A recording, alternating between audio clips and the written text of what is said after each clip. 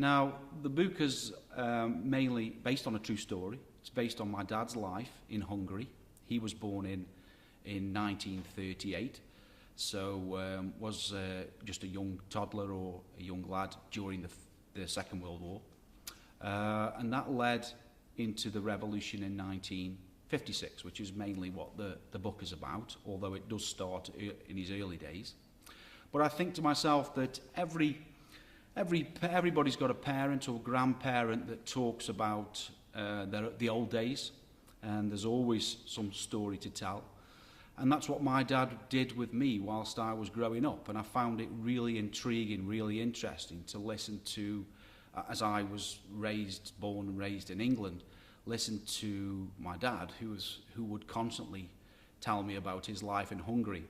And I listened more attentively than I realised that I had listened, because when he passed away, I was a teenager. I was 18 years of age, and I'd got all these stories in my mind, what he'd been telling me since I was born, since I was a baby. Yeah, so there was a significant moment in my life when I was on holiday in Hungary with my dad and my mum and family. We had a vehicle that broke down. It broke down right outside the college where my dad had attended during the '56 revolution. I was 14 years of age at the time, and my dad, as we'd broken down and we sat at the side of the road in despair because we had no vehicle, and my dad took this opportunity to start to narrate to me the story of his involvement in the 1956 revolution. And it started really here. It started as a student in this particular college that we'd happened to break down outside.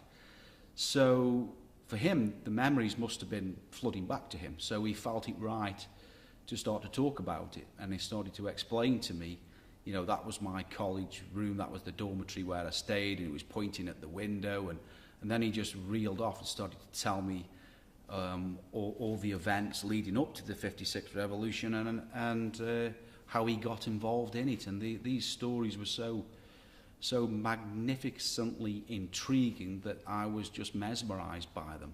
And it was this moment that was pivotal for me because, you know, 8 years later when he passed away, I remembered this moment, this story that he told me. So anyway, I started to put these few events and stories together, and I built a kind of a flowchart of stories.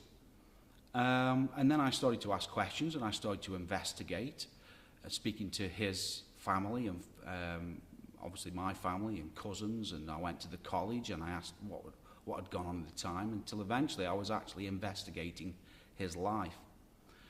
Then I began to put these events together until I started to realise that, you know, I've got something here. There's some amazing tale that needs to be told. And I kind of realised that he'd left this with me. He left these stories with me, and I needed to tell the story.